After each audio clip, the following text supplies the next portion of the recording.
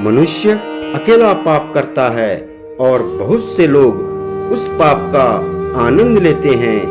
आनंद लेने वाले तो छूट जाते हैं, पर उसका कर्ता ही उस दोष का भागी होता है। भक्तजनों, विदुर नीति महाभारत का एक अत्यंत प्रसिद्ध और परम उपादेश्य प्रसंग है। इसमें महात्मा विदुर जी ने राजा धृतराष्ट्र को लोक परलोक में कल्याण करने वाली बहुत सी बातें समझाई है। भक्तजनों, भारत की राजनीति में साम, दाम, दंड और भेद की नीति का उपयोग किया जाता रहा है, लेकिन हमारे जितने भी ज्ञानी पुरुष हुए हैं, चाहे वो विदुर हो, पराशर हो, भीष्म हो या अन्य कोई, उन्होंने एक आदर्श राज्य की स्थापना और जीवन को शांति एवं प्रगतिशील तरीके से संचालित करने के लिए नैतिक नीति का पालन करने पर सदैव जोर दिया है। कोई राजा या व्यक्ति यदि ऐसा नहीं करता है तो वह अपने राज्य में अराजकता को जन्म देता है। हालांकि वर्तमान काल में कोई भी व्यक्ति इन सब बातों पर नहीं चलता। उनमें से कुछ लोग ही सफल हो पाते हैं, बाकी तो खुद परिवार, समाज और देश का अहित करके चले जाते हैं। तो आओ जानते हैं कि विदुर नीति क्या कहती है। महात्मा विदुर कहते हैं, धन के अधिकारी ये तीन नहीं माने जाते। स्त्री, पुत्र तथा दास, ये जो कुछ कमाते हैं वह धन उसी का होता है, इसके अधीन ये रहते हैं। दूसरे का धन का हरण, दूसरे की स्त्री का संसर्ग तथा सुहृदय मित्र का परित्याग, ये तीनों ही दोष नाश करने वाले होते हैं। काम, क्रोध और लोभ ये आत्मा का नाश करने वाले नरक के तीन दरवाजे हैं, अतः इन तीनों को त्याग देना चाहिए।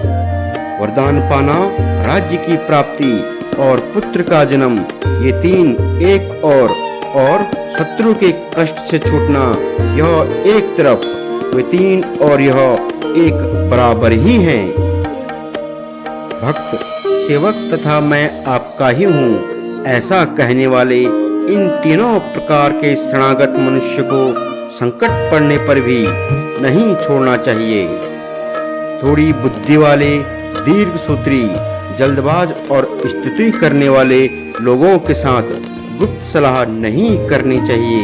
ये चारों महाबली राजा के लिए त्यागने योग्य बताए गए हैं। विद्वान मनुष्य ऐसे लोगों को पहचान लें।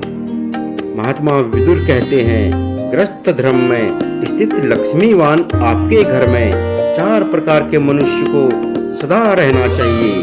अपने कुटुंब का बुजुर्ग, संकट में पड़ा हुआ उच्च कुल का मनुष्य, धनहीन मित्र और बिना संतान की बहन। बुद्धिमान या ज्ञानी व्यक्ति कभी झूठ के आधार पर अपनी प्रतिष्ठा कायम नहीं करता है। वह अपने विचारों में दृढ़ रहता है। जैसे चाणक्य, आप ऐसे किसी व्यक्ति का अपमान कर सकते हैं तब जबकि आप सत्ता में हो या किसी बड़े पद पर हो, लेकिन आप उस व्यक्ति से बच नहीं सकते जब वह पावर में आएगा। तो जो अपना आदर सम्मान होने पर खुशी से फुला नहीं उठता और अनादर होने पर क्रोधित नहीं होता, तथा गंगा जी के कुंड के सम्मान जिसका मन शांत नहीं होता, वह ज्ञानी कहलाता है। दरअसल वीर, बहादुर और ज्ञानी व्यक्ति ही अपने मान और अपमान से परे उठकर सोचता है। वह अपने अपमान पर क्रोधित होने के बजाय शांति से उस पर विचार कर सोचता है कि कैसे अपमान करने वाला व्यक्ति एक दिन खुद आकर मुझसे क्षमा मांग ले। कोई आपका अपमान करता है तो पहली गलती उसने वही कर दी, लेकिन यदि आप तुरंत क्रोधित होकर उसका भी अपमान कर देते हैं तो आपने भी उसके जैसे ही गलती कर ली। जबकि उसके अपमान का जवाब तर्कों से शांतिपूर्वक दिया जाना चाहिए।